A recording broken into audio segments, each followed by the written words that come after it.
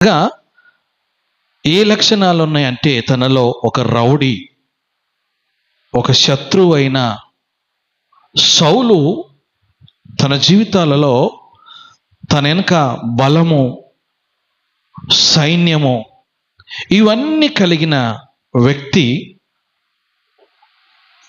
క్రీస్తుకు అప్పగించబడ్డాడు. దేవుడు అతన్ని పట్టుకున్నప్పుడు సౌలుగా కలిగిన తన జీవితాన్ని పౌలుగా మారిన తర్వాత ఆయన ఏమీ కలిగి ఉన్నాడు, ఏ విధంగా మాదిరి కలిగి ఉన్నాడో ఈ ఫిలిప్పీలు రాసిన పత్రిక ద్వారా ఆయన మనకు బోధిస్తున్నాడు. 7 విషయాలు. మొదటి విషయము, ఆయన ఏమి కలిగి ఉన్నాడంటే, ఆయన ఒక పౌలుగా మారిన తర్వాత కూడా ఒక బెస్ట్ లీడర్గా